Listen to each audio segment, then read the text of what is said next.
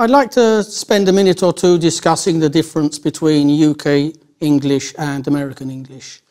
There is a difference in both the speed and delivery of both languages. The British version tends to be more moderate, more slow, more gentle, and also with the vocabulary, whereas the American language tends to be faster and much more direct.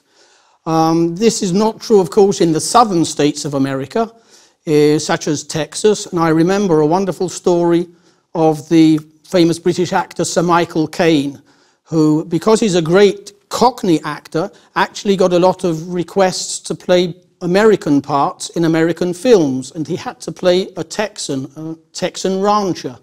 And he flew to Texas and he met his dialogue coach, and while he was learning his part, how to say it in Texan English, he said to his dialogue coach, "You Texans speak a lot slower. Why is that?" And his dialogue coach said, "Yeah, that's true, Michael, we sure do." And he says, "Well, why is that?" And he says, "Well, we're all pretty big down here, and we all carry a lot of guns. People just listen." So there's a difference between delivery and the vocabulary and style of the language.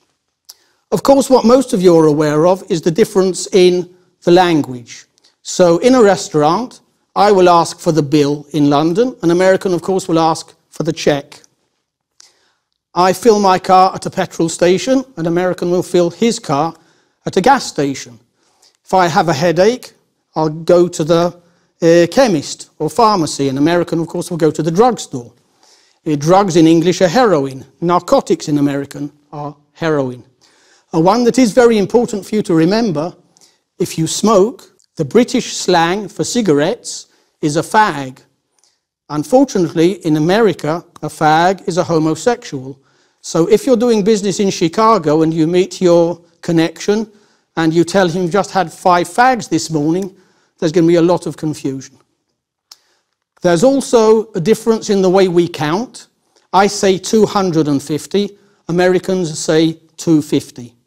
It doesn't matter which one you choose, but choose one and stay with it. Don't change all the time from one to the other.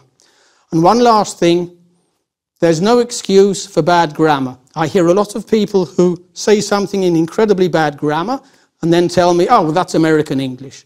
I don't buy it. Americans who do business will be educated, they'll expect you to have a good level of English, and so don't try to buy me off with bad grammar is American English. Okay, let's move on.